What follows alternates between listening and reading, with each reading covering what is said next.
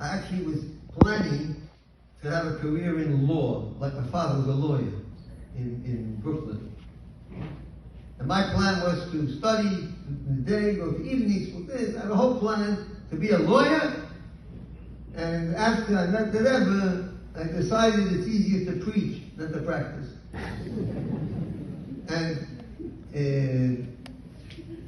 the Rebbe told me, take a gap year, maybe 2, and get to know a bit more about Torah and about mitzvahs, and that, the rest is history.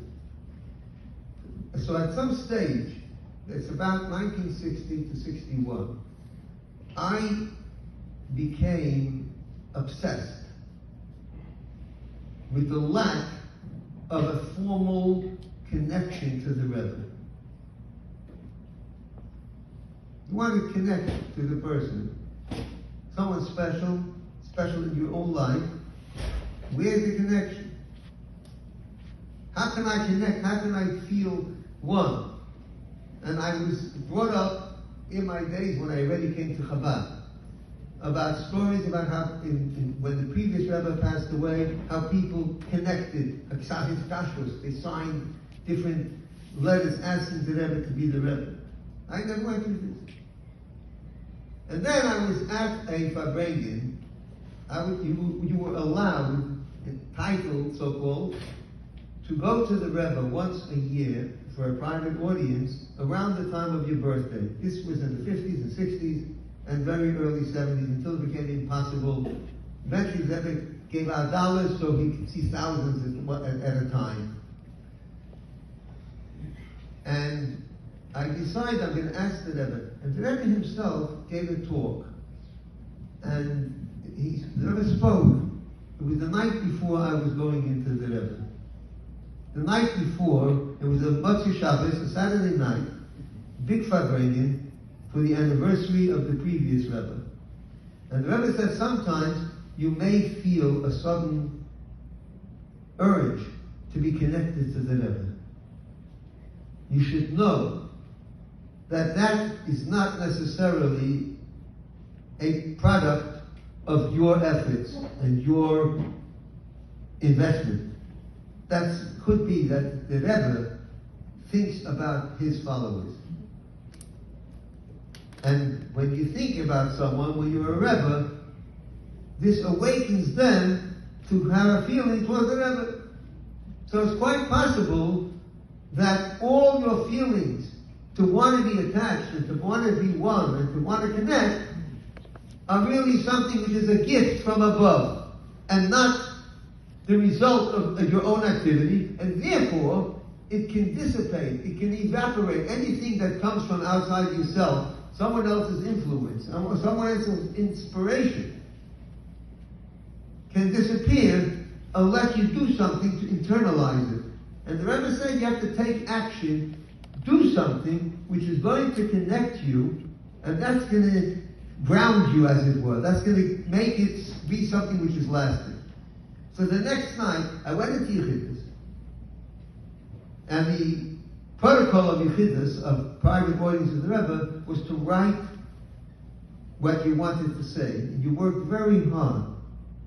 This was for generations of Chabad. I was in a shluchim, an emissaries conference in Russia in 1991. And we were in the village of Lubavitch, and there was a 90-year-old peasant, Gentile Russian woman, and she remembered the 5th Lubavitcher Rebbe, previous Rebbe's father.